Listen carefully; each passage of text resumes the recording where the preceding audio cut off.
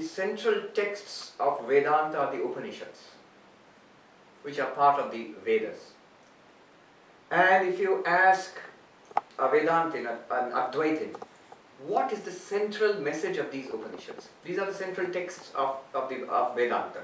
But what is the central message? And it's quite easily stated because it's very precise. The central message is that thou art.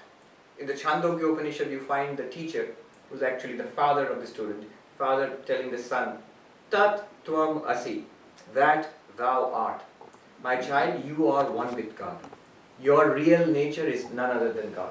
There is an ultimate reality beyond the limitations and sufferings of this world, this samsara. There is some such thing. In different traditions, in different forms, in different religions, some were called Brahman, some were called Bhagavan or Ishvara or Allah or Father in Heaven or Jehovah, or for the traditions which do not believe in the existence of God. Something like Nirvana, for example. Some transcendence is possible. Something beyond this state.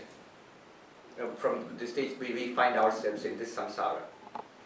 In fact, Freud, not a person you should quote in the religious talk because he was a declared atheist. He did not believe in God. But he gave a very practical definition of religion. Belief in something transcending our empirical world. That is a religion. So there is a transcendent reality. Now what Vedanta states, the speciality of the way of knowledge of Vedanta, of the Upanishads, is that it states this transcendent reality is your own self. If you knew yourself as you truly are, you would find yourself not as a limited creature of flesh and blood, but as infinite existence, consciousness, bliss. Sat Chit Ananda. This is the nature of the ultimate reality spoken about in the Upanishads. Brahman, they call it Brahman. The word Brahman itself means the vast. And vast what? Existence absolute, knowledge absolute, bliss absolute. And this sounds very weighty and profoundly metaphysical. But it actually embodies our highest aspirations. We all want to exist. Who does not want to live? Now the question is, do you want to live with limits, birth and then you will die, or without limits? And we don't think like that, but if it were possible, we would all say that yes, I would like to live without limits. That living without limits, that is infinite existence. We don't just want to be, we also want to be aware. Who wants to be like a block of stone or like the dust of the earth? But we want to be aware. We want not only exist, but existence which is also aware. This awareness, consciousness in Vedanta is called Chaitanya, Chit or Chaitanya. And we don't want this awareness with limits. Limited awareness, no, we want more and more of it. If possible, unlimited. This unlimited awareness is this Chaitanya or Chit. So an unlimited existence, an unlimited awareness, if it were possible, we would want that. That sort of embodies our highest aspirations of life. We not only want to exist, not only want an aware existence, but we want a fulfilled existence. I mean, I can say that, yeah, I exist, and I'm aware, and I'm miserable. So what? So what good is that? I want to be, I want to live, and I want to be aware by living, and I want to be fulfilled, a fulfilled awareness, a fulfilled aware existence. Happy, joyful. And what kind of happiness or fulfillment or joy? A limited one which has a beginning and an end and a limited quantity, or unlimited? Again we would say, if it's possible, I want it unlimited. So this unlimited existence, this unlimited awareness, this unlimited bliss, Vedanta says it is possible. Behind all the vague theological conceptions of God and Ishvara or Bhagavan found in different traditions, Vedanta says the logical idea behind all of them is this thing. In fact, all that we are seeking in life is this. Infinite existence, infinite awareness, and infinite bliss or happiness. Vedanta says, the speciality of Vedanta is that it says that this ultimate reality is already your own self. It's already there. Where? Everywhere. Outside you, inside you. Everywhere it's there. When? After death? In heaven? No. All the time. Even now. In every being, At all places and at all times, this ultimate reality, which is existence, consciousness, bliss, is there. If it is there at all places, at all times, and in every being, the question arises, why do we not experience it? Where is it then? If it is, see, if you say it is in heaven, then in one sense you are safe. Because if you say, somebody says, I don't see God, you can say, God is in heaven, I told you. It's not here. When will I see God? Only after death. Again you are safe. Because after death the person does not see God, cannot come and catch you.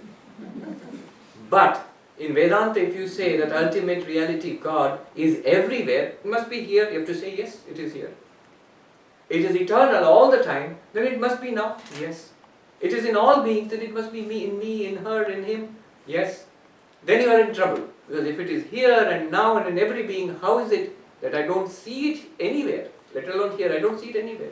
Let alone now, I don't see it at any time. Let alone in me or him or her, I don't see it anywhere. In any being. What is the problem? According to Vedanta, the path of knowledge, the problem is ignorance, and hence the path of knowledge. You see, the solution for ignorance is knowledge. So they say that the problem is this ultimate reality which Vedanta, which Upanishads speak about, it is there, but we do not appreciate it, we do not recognize it, we do not realize it. It is hidden by knowledge, and our knowledge is hidden by ignorance. This ignorance is sometimes given the name of Ajnana, Avidya, Maya. So, this ignorance has to be removed. And to remove ignorance, you need knowledge. What kind of knowledge? Always to remove ignorance, you need knowledge about what you're ignorant of. If I'm ignorant of computer science, then I need knowledge of, not biology, I need knowledge of computer science. So if I'm ignorant about Brahman, which happens to be my own self, then I need knowledge about my own self. So knowledge is required about my own self. What kind of knowledge are we talking about when we speak about the path of knowledge? Today the topic is Jnana and Bhakti. So what kind of Jnana are we talking about? Are we talking about a course in philosophy in the university? Are we talking about languages or literature? No. All of these are knowledge. But we are talking about a specific kind of knowledge which is taught in the Upanishads. The nature of the self. Who am I? What is the pursuit? What will I discover when I discover who I am? You will discover that promised infinite existence consciousness. Infinite existence consciousness bliss. Satchidananda. Because that is the promise of Vedanta. You are actually that. Brahman misunderstood is this limited creature. This limited creature properly understood, correctly understood, is none other than Brahman. So, the ocean, the water misunderstood is the little wave in the ocean, born and moving and destined to die. But the wave, when it understands its real nature, knows its water, it becomes one with the entire ocean. So there is a unity, a oneness existing all around, and we can know that.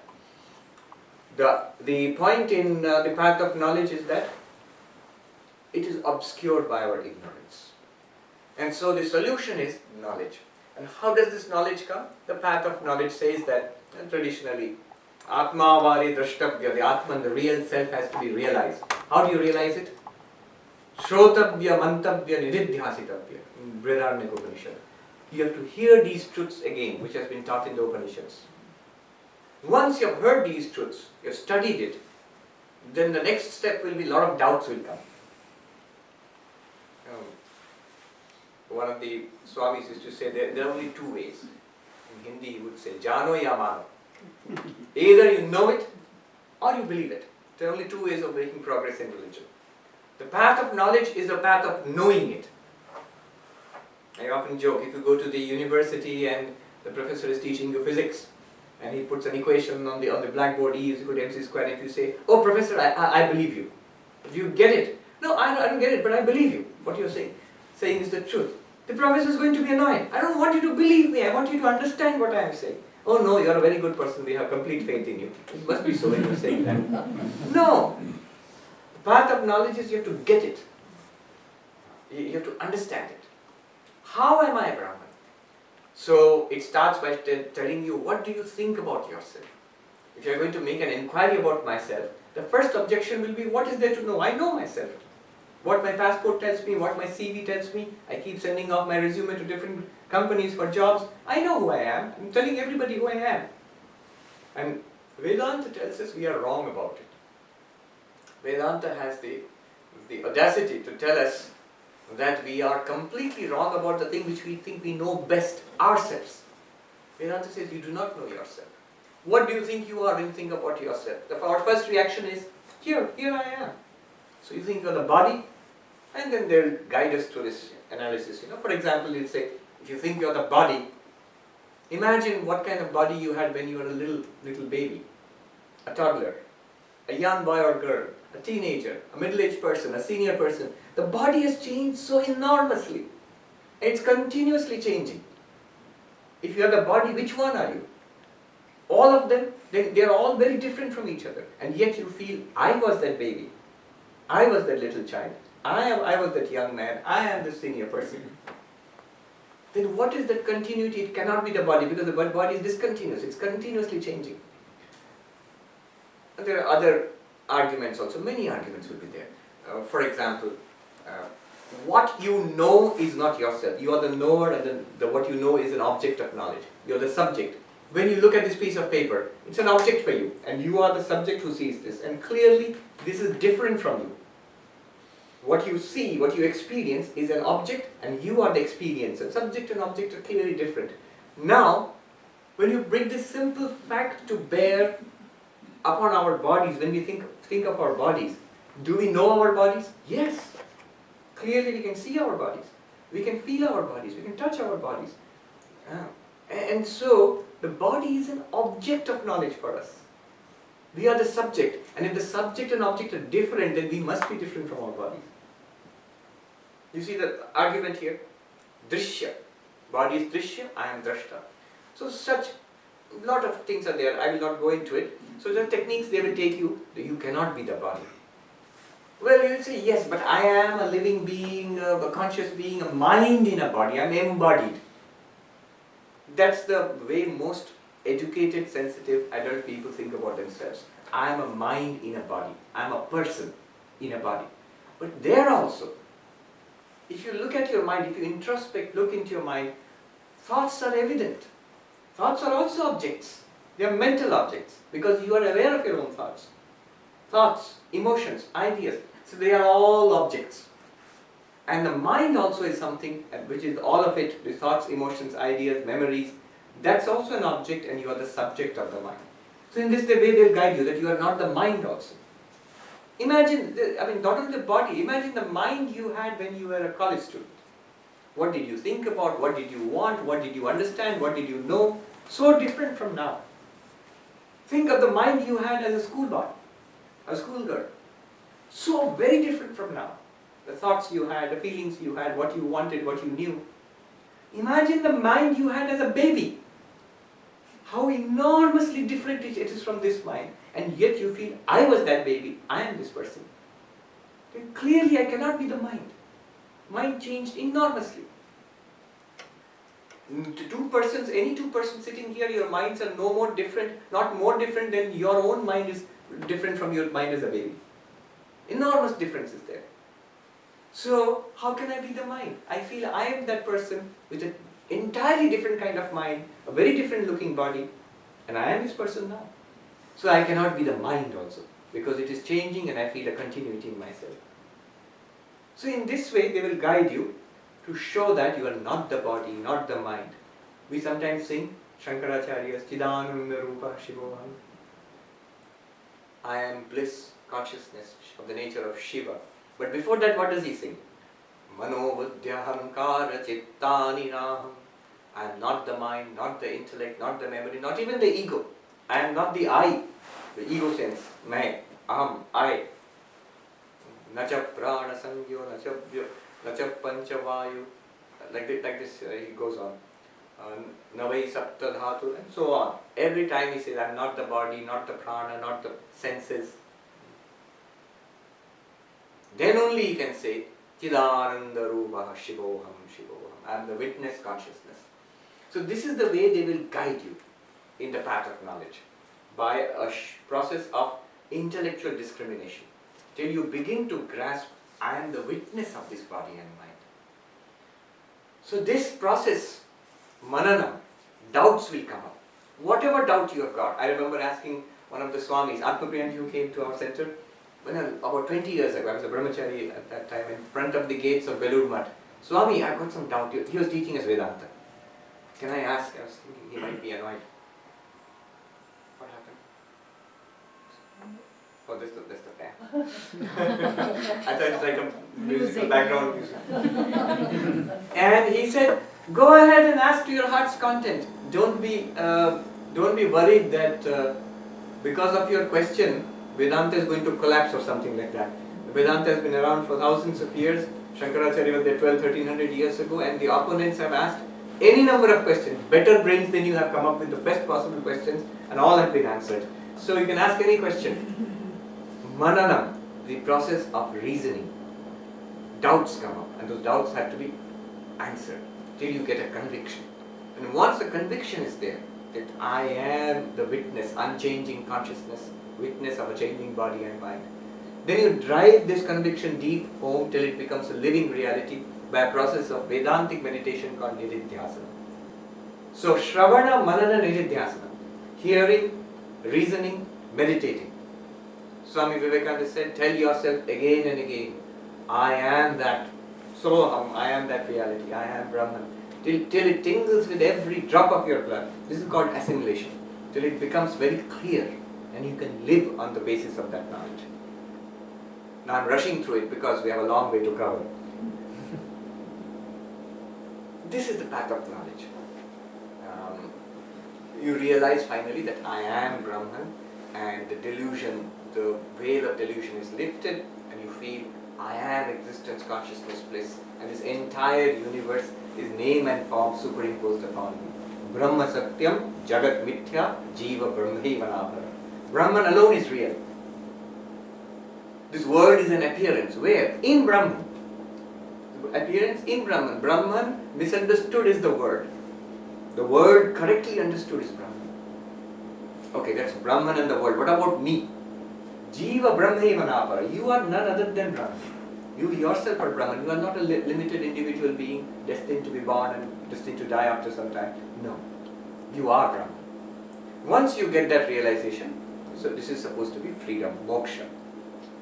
This is the path of knowledge, jnana. A related path is the path of meditation, yoga, Patanjali yoga. There, what they say is, it's like somewhat related, but there's a subtle nuance. The difference is this. The path of knowledge says the problem is ignorance, and hence the solution is knowledge. We do not know who we are. We do not experience Brahman because we don't recognize Brahman in our experience. And the solution is to get knowledge about that, who we are, what Brahman is, and we actually will recognize it and we will experience it. The path of yoga says, Patanjali yoga, ignorance is not the problem. Then what is the problem? Restlessness of the mind is the problem. Chitta vikshepa. We do not know how restless our minds are. If you would only calm the mind down, then the reality which you are, the same Brahman, the same, they call it Purusha, the same infinite consciousness would reveal itself. You would grasp it. So they say, Yoga Chitta Vritti Nirodha. The method is calming the mind down through meditation. Not reading a lot of Upanishads and doing a lot of philosophical thinking. No, you may do that, but the real method is calming the mind down through meditation. If you calm the mind in meditation, if you have a deep calmness of the mind, what will happen? What good happens then? The result, they say, is Tada Drashtu Swarupe Avasthana. You, the witness consciousness, you are appreciated in your real nature. You remain in your real nature as unchanging consciousness. Swami Vivekananda explained it this way. Imagine a lake. On the lake there are ripples, waves. And the water also may be muddy. Because there are waves and the water is muddy, you cannot see through to the bottom of the lake. Right? If you want to see through to the bottom of the lake, what do you need? You need, first of all, the lake should be still. Also, the water should be clear. Even if the lake is still and the water is muddy, you cannot see through the water. Or if the water is clear but there are waves, you still cannot see through the water. You need no waves and you need the clear water, no impurities. So two things, Chitta Ekagrata, concentration, stillness of the mind, Chitta Shuddhi, purity of the mind. These two things are needed. When that is attained in the highest stage of yoga, in samadhi, in deep focus and absorption, then your reality, what lies beyond the body and the mind, you the consciousness, the unchanging consciousness which we talk about in Vedanta, that becomes clear. It's appreciated that I am that. The next sutra in the Yoga Sutra says, Vritti Sarupya Mitaratra. Suppose the mind is not steady. Suppose the mind is not in samadhi. We're thinking like we are all the time. Then what is the problem? The problem is just like the lake's water being agitated. Vritti Sarupya Mitaratra means at other times we become identified by the movement of the mind. Anger in the mind, I am angry. Desire in the mind, that's very nice, I want to get the latest iPhone or something. I want. So the consciousness becomes identified with the movement of the mind. So I am a person who is angry now. I am a person. The memories in the mind, you become identified. This is who I am. So we become very much identified. The moment you are identified with the mind, you become identified with the body also. Because the mind is very closely linked with the body. So this is the idea of yoga, meditation, the path of meditation. Problem is distraction, the restlessness of the mind. And so the solution will be concentration, meditation. And what kind of sadhana do they prescribe? I remember when I was in the Himalayas, sitting in a little hut, I used to read a lot of Vedanta. I still do, so that was my pet thing. So I was doing that. Now there was this other young Swami who used to live in a cave nearby. Actually, people do live in caves. So he was very young, he was Nepali, and maybe 19 or 20 years, 21 years. He was sitting with a top knot and flowing hair and all that. So he used to come and speak with me, and he asked me, we were talking about it. I asked him, what kind of spiritual practice are you doing? He was doing yoga, Patanjali yoga. Yama, Niyama, Asana, Pranayama, Pratyahara, Dharana, Dhyana, Samadhi. Ashtanga yoga. Not the Ashtanga yoga which you get in the studio, that's a different kind of Ashtanga yoga. That's Hatha yoga. This is very good. But this is the core practice of yoga, Raja yoga, Patanjali yoga. And he says, I asked him, what is your goal? He said, Samadhi. Then I asked him, Aapko, in Hindi, Aapko Vedant kaisa lagta hai? How do you like Vedant? Upanishads, have you read anything? Upanishads, Gita and all that. He said, yes. But kaisa lagta hai? And how do you like it? And his answer was, I'll tell you in Hindi and translate.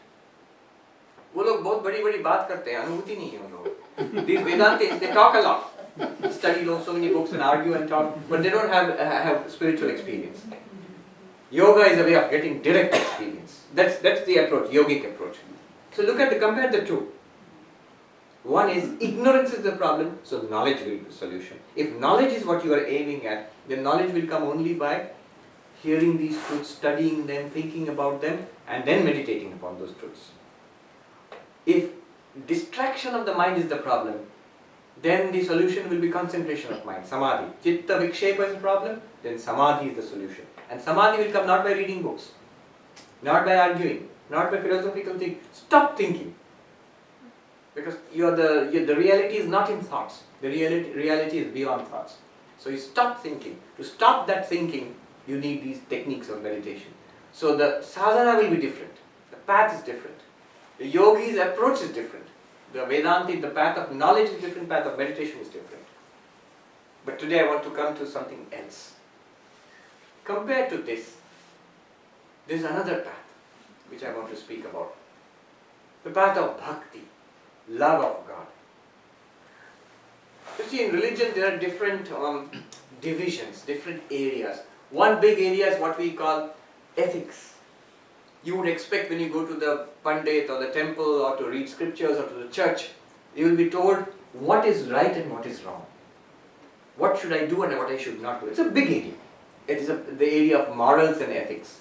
This is what we call basically dharma. Dharma at its core is a moral life, an ethical life. Dharma, the word dharma has wide connotations, but basically, grammatically, if you see dri, to hold together, that which gives us integrity. So the fundamental is dharma. That's one area, the big area of religion, ethics, morality, dharma. We're not going to talk about that now. Very important area. Another area is what I spoke about, jnana, the Upanishads, Vedanta, way of knowledge. Another area is meditation, the way of meditation. What we are going to speak about is different from all of these. Bhakti, love of God. Again, I want to make another distinction. It's not that those who are on the path of meditation or those who are on the path of knowledge, they don't have love of God. They have, and they should have. If you actually look at great sadhus, those who are great spiritual seekers, the saints of different religions, if you find someone like Ramana Maharshi, path of knowledge, but did that Ramana Maharshi not have devotion? Of course he had devotion. Look at his devotion to Arunachala. Tremendous devotion is there. If you look at a great meditator, somebody who is meditating deeply, Vivekananda did he not have devotion? Of course he had. In fact, he used to say that about Ramakrishna. He used to say that that old man is devotion on the outside, inside is all jnana. I am jnana on the outside, inside I am very soft. I am a devotee, I am a lover of God. Vivekananda used to say. So they all have different sides. Actually, a saint, if you go, you take somebody like Mirabai, you'll say, oh, a lover of God. Is she Ajnani? Of course not. She has got full knowledge of God, and the path of knowledge also. So all of them are there together.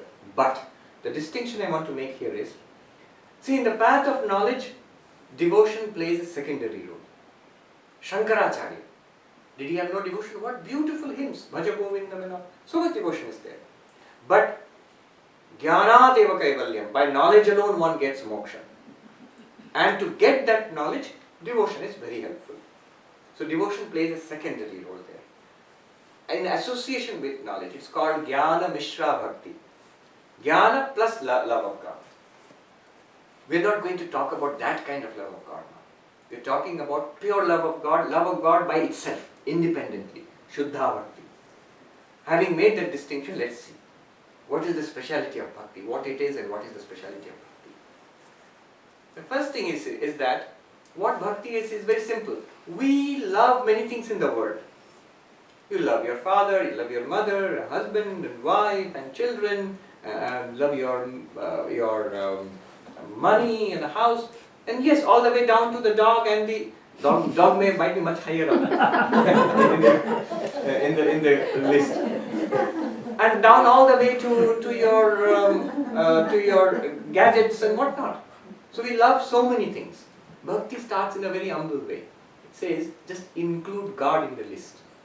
You don't have to give up anything else. All of them are there. Just include God in the list. You say, I also love God. Also. In the long list, one thing is God. Start that way. That's a so simple way of starting. That's a simple way of starting. You see, in psychology, they say we have three domains. Cognitive, conative, and affective. Cognitive means the ability to think and understand. So you can clearly see the path of knowledge uses that mostly. Conative, the power to do things, the willpower. And the affective domain, feelings. Affect, emotional affect means feelings. So the path of love uses the affective domain more. So I love God also. We all have that power. So why not use that? You see, it's imagination. Other things I can see, therefore I love. But we also love abstract things. I love my country. Do you see the whole country? No. It's a concept. So in the same way, I love God. Start off, let it be even imaginary at first, but start with that. As you start with that, something interesting happens.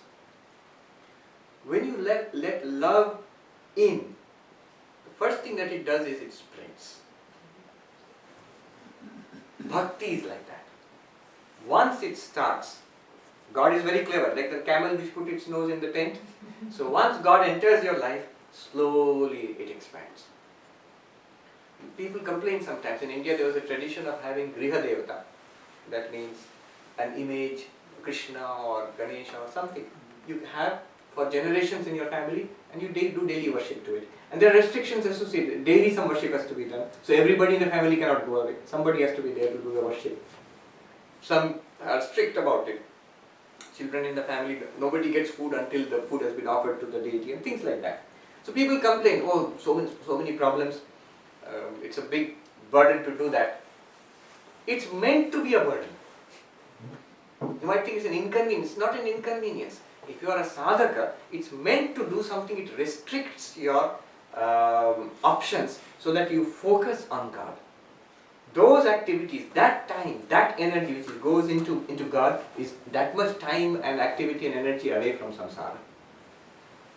That's one of the functions of it. It's a very strategically done thing, so that more and more of your attention and time and energy is devoted to that. You see, what's the point? The point is, same point for all spiritual practices. Why at all are we into this? Because there is dukkha and dissatisfaction in samsara. The whole quest of Bhagavan Buddha started where? Dukkha, sarvam dukkha. It starts there. There is a problem with life. We are not satisfied. Especially after you get everything that you could have wanted. There is nothing more that you want in life. And after you have got all of that, you are still not satisfied. Who has got deep and permanent satisfaction? Not the richest man in history. Throughout history, wealth has not given satisfaction to anybody. Gives you even less satisfaction. The power has not given peace to anybody. Even learning has not given peace to anybody. Satisfaction and peace. Secular learning. So there starts the spiritual quest. Because the promise of religion is, if you get to this God realization, self-realization, whatever you call it, you will transcend suffering. You will overcome suffering. So that's the beginning of all kinds of spiritual practice. Path of knowledge, because we want to overcome suffering. Path of meditation, because we want to overcome suffering. Bhakti, because we want to overcome suffering. But what is the speciality of bhakti? The teachers of bhakti tell us, the uniqueness of bhakti is that not only is it there because we want to overcome suffering, but it is the only path which is specially dear to God. Because here you love God and God loves you back. It's not a psychophysical exercise like in yoga. It's not a philosophical quest like in the path of knowledge. Here it's something of the heart. So they say bhakti is priya, beloved of God. Here you are doing something that God loves. What is the advantage of bhakti? Jnana, if you go on the path of jnana, the very first thing they will teach you in Vedanta is sadhan chatushtaya. The fourfold, very high entry barrier. Want to get into Ivy League college. So your SAT scores must be of that. And your resume must be. These kids nowadays, so impressive. Even people applying for jobs in the multinational companies, they don't have such impressive resumes. They've done everything in life already. I don't know why they need to go to college anymore. Jnana, the path of knowledge is like that. You must have viveka, a clarity about the eternal and non-eternal. Viveka, nitya vastu viveka. Eternal reality is Brahman, and the entire world is transient and temporary and passing, a play of shadow and light. This clarity, how many have this clarity? We may sort of feel it, but it's not very clear. Then second, even more difficult, vairagya, a kind of dispassion for the non-eternal. I don't want this. I want God, enlightenment, God realization, whatever. Second qualification. Then the sixfold discipline, they call it Shat Sampati, sixfold treasure. Shama, control, calmness of the mind. Dhamma, control of sense organs.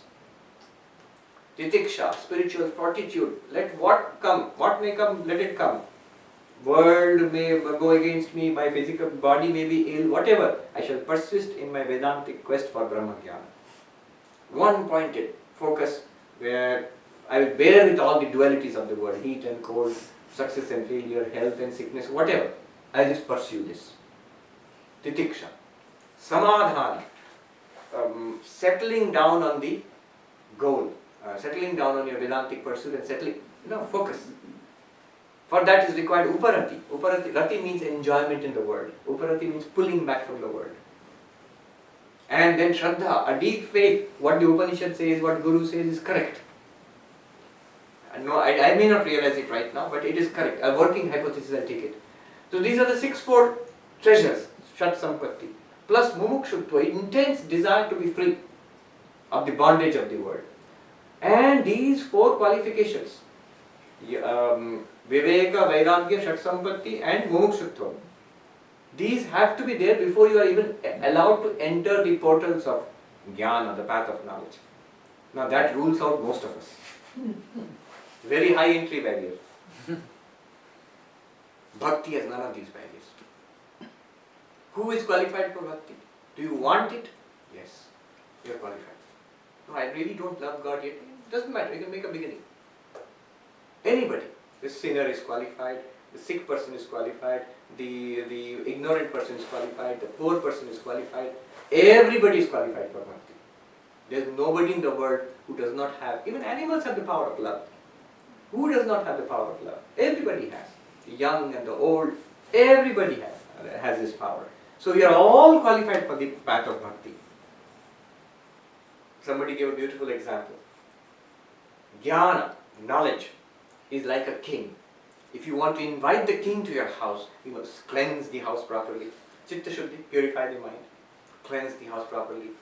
Then you must decorate it with nice thrones and costly carpets and incense and flower garlands and whatnot, whatever you wanted for the king to come to your house.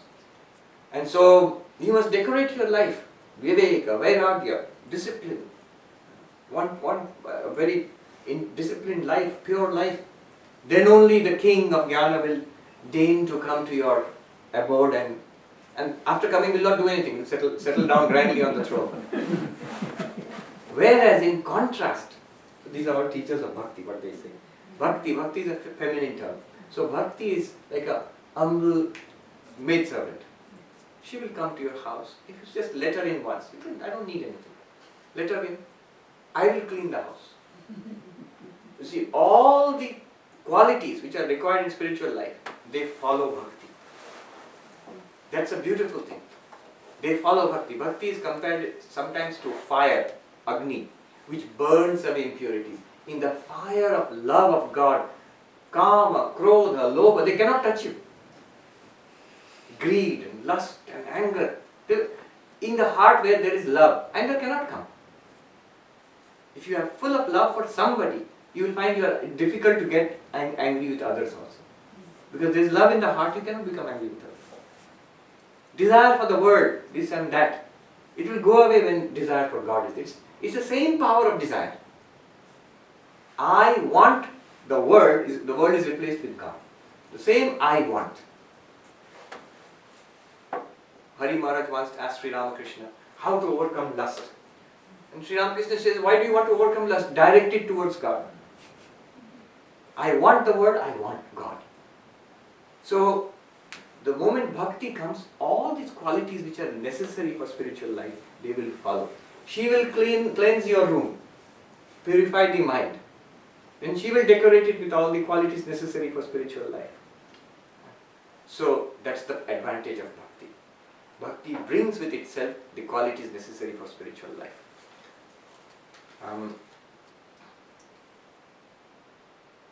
There is a list of characteristics of bhakti which I found. One Swami, it's in Hindi, but in Sanskrit actually, but I'll tell you. You see, one thing they say is, all of this depends on having a love for God. But I really don't have that kind of love for God. How can I get love for God? You see, it is easy to have a lot of food. You can even eat the food.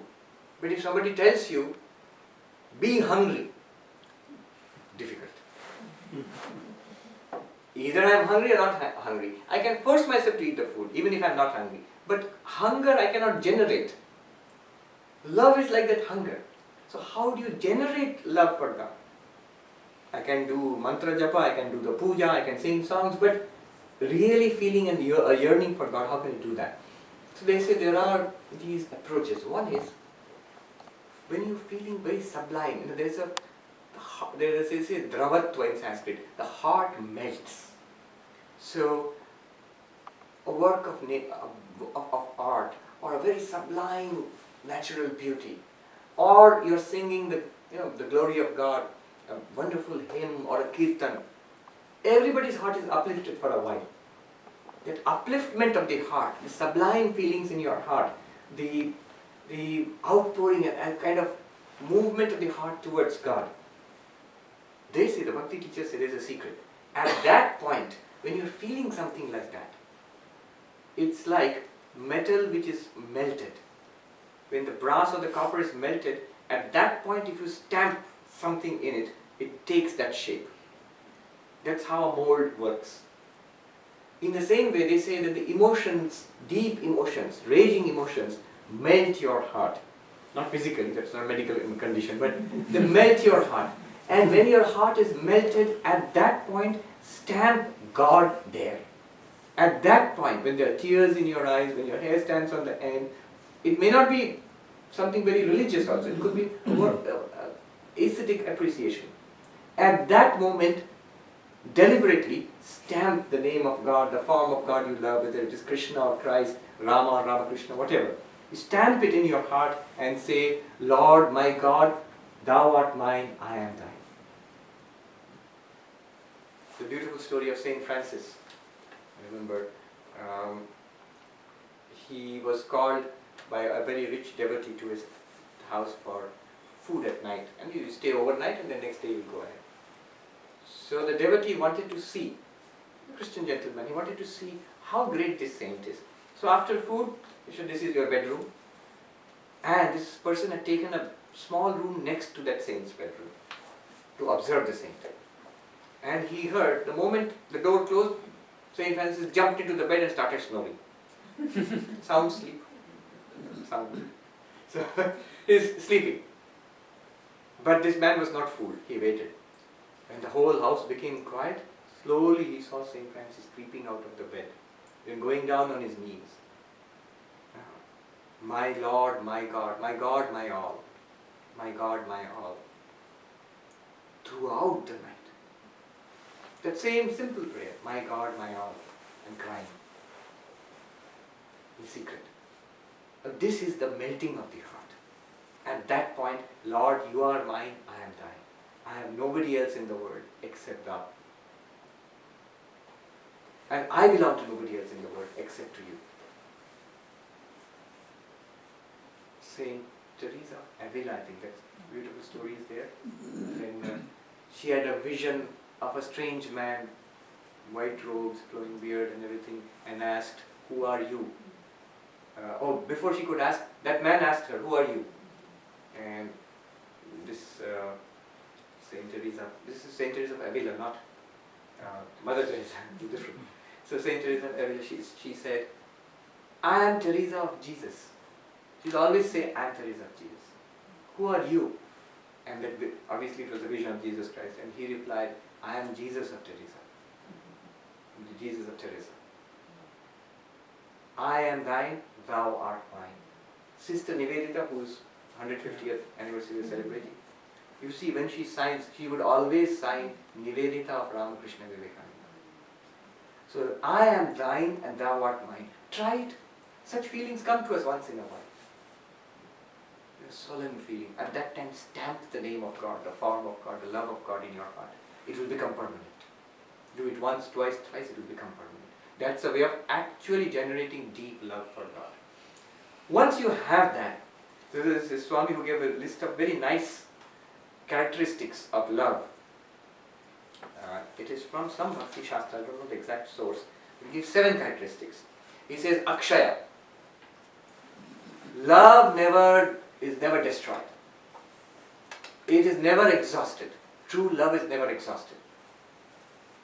There's, even in human love, there's a beautiful saying about the Taj Mahal, that everything dies in this universe, everything passes away.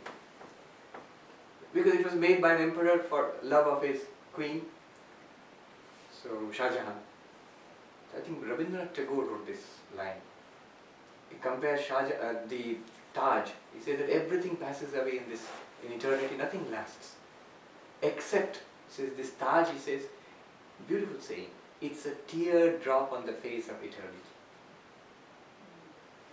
So, an expression of love. It's human love. This divine love, he says, Akshaya, it never dies. There's a beautiful song of Kabir Das, and there's a translation by Tagore to English. There it says, the love that exists between you, thou and me, to the Lord. You see, he's singing to the. It's like the night bird Chakor who looks and falls in love with the moon. It's a North Indian fable that there's a bird which falls in love with the moon. Of course, the bird can never attain the moon. The moon is there somewhere. What can the little bird do? But the bird just sings throughout the night towards the moon because it's an unattainable love. Like that, he says, thou my God, I am like that bird. I shall. And then the bond between me and thee has been from eternity. How could such love ever? Such love ever perish? So eternal love is eternal. It never decreases. It keeps on increasing. Somebody said, the path of knowledge. So Ramakrishna says, it's like a thorn is in your flesh. You take another thorn, pick out that thorn, and then will you keep the second thorn in your flesh? No, you will throw that away also. Ignorance, the thorn of ignorance is in us. We think we are trapped in the world. Take the thorn of knowledge, remove the thorn of ignorance and throw it away. You are Brahman. Does Brahman require Vedanta, the path of knowledge? No. Once you have attained, you don't need it anymore. The Vedas themselves say, Yatra Veda Aveda Bhavanti. Where the Vedas become no Vedas, you go beyond it. The path of Samadhi. Once you realize in meditation that you are the unchanging consciousness, not the body, not the mind. By meditation. Does the unchanging consciousness need to meditate? No. You can drop it. But in the path of love, once you get God, Krishna or Kali or Christ or whatever, in whatever form, once we get God, say now I've got God, now do I stop loving? No, that itself sounds ridiculous. Someone you love, if you get that person and become close to that person, so now I've got that person, I'm close to that person, let's stop loving. No, that's not so stupid.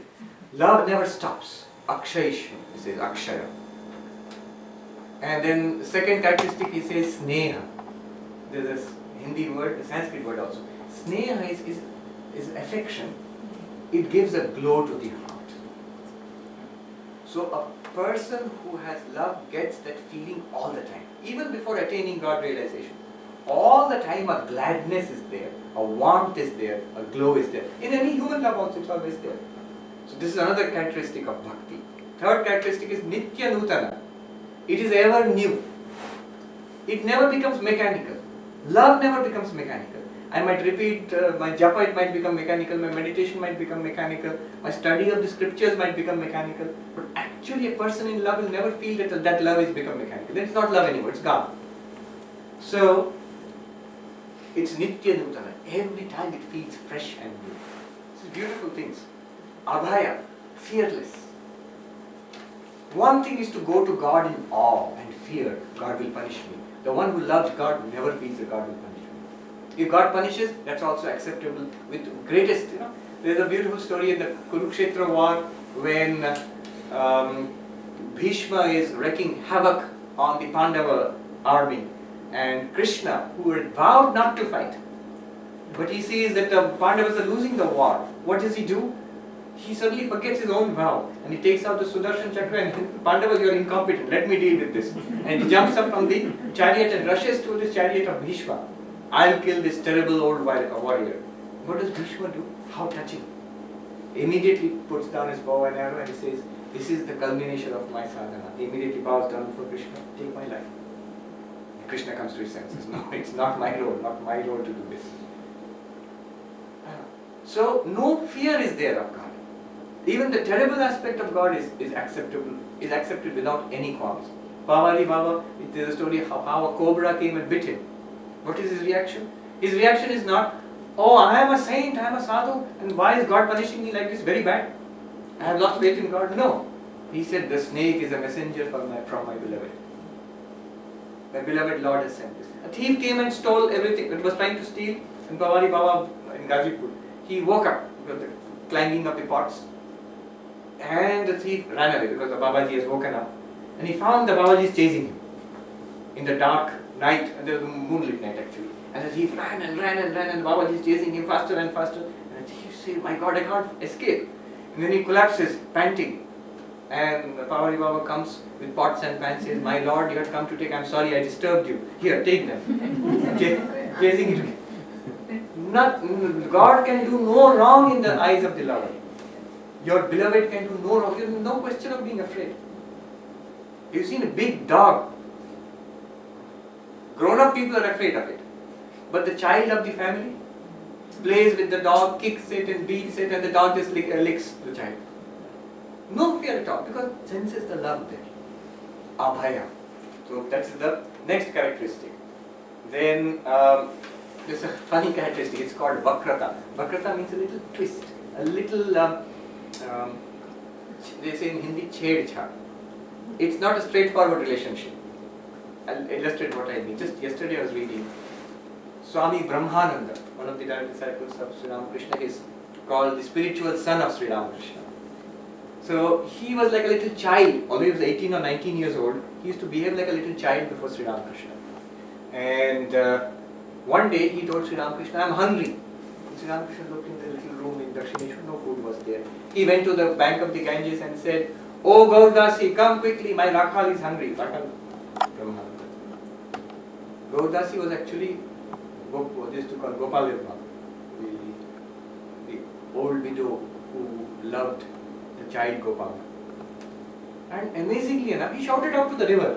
Amazingly enough, just a little later, a boat arrived with the lady and Balaram, Sri Ramakrishna's devotee, and they had bought Bengali Rasagulla.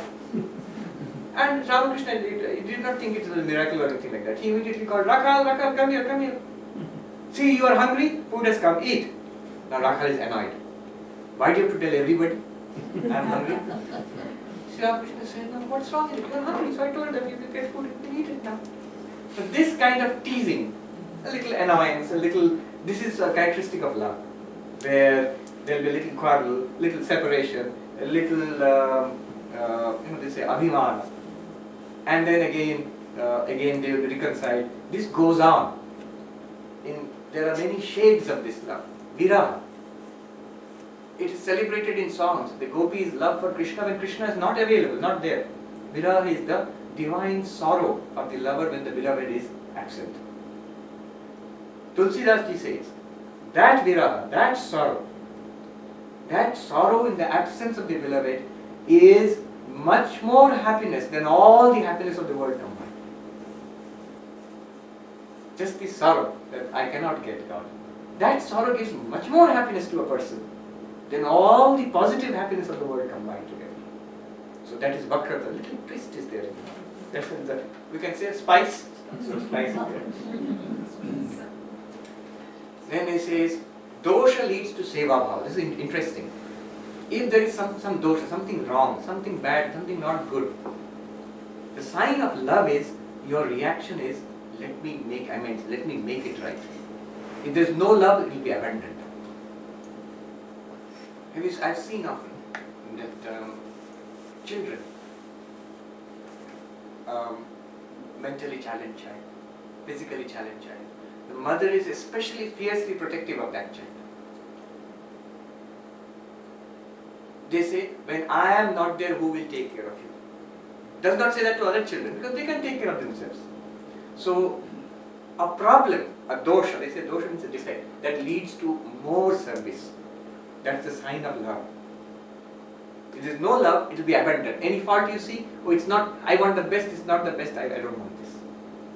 Sri Ramakrishna, when he had cancer of the throat, somebody asked him, what's the meaning of this? You are a great enlightened person, you can cure yourself. He said, no, there is a meaning here. Those who are antaranga, inner circle, they will stay. Those who have come with other motives, they will go away. Think what kind of holy man this is about cancer. But Vivekananda, Brahmananda, all others, they served him. They came closer. Their bond became deeper. True love means immediately converted into service.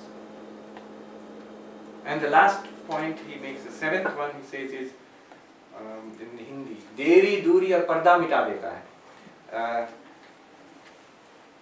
Distance, physical distance, a gap in time.